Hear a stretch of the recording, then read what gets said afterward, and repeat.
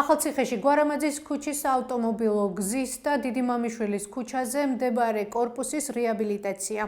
ორი პროექტის დაფინანსება იგეგმება ახალციხის მუნიციპალიტეტში, რეგიონებში განსახორციელებელი პროექტების ფონდიდან. ამის შესახებ დღეს ახალციხის საკრებულოს რიგარეშე სხდომაზე იმსჯელეს და მხარი დაუჭირეს. როგორც საკრებულოს სხდომაზე გახდა ცნობილი, გვარამაძის ქუჩის რეაბილიტაციისთვის იგეგმება მილიონზე მეტი ლარის, ხოლო დიდი მამიშვილის ქუჩაზე არსებული საცხოვრებელი კორპუსის ფასადის რეაბილიტაციისთვის 400.000-მდე ლარის გამოყოფა. გასული წლებისგან განსხვავებით 2026 წლის რეგ ფონდიდან დაფინანსებული პროექტების რაოდენობა შემცირებულია. რატომ? ახალციხის საკრებულოს თავმჯდომარე საბა კბილაშვილი ამბობს, რომ ამის მიზეზი გარდამავალი პროექტებია. მისი განმარტებით 2025 წელს დაიწყო რამდენიმე სამუშაო, რომელიც მომავალ წელს უნდა დასრულდეს, ამიტომ მათი დაფინანსება 2026 წლის რეგ ფონდიდან გაგრძელდება. კბილაშვილის თქმით, ამ სიას ორი ახალი პროექტი დაემატება.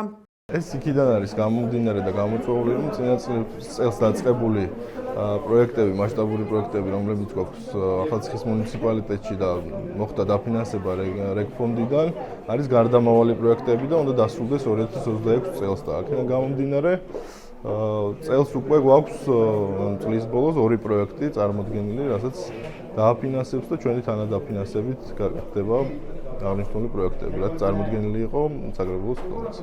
გარდამავალი პროექტები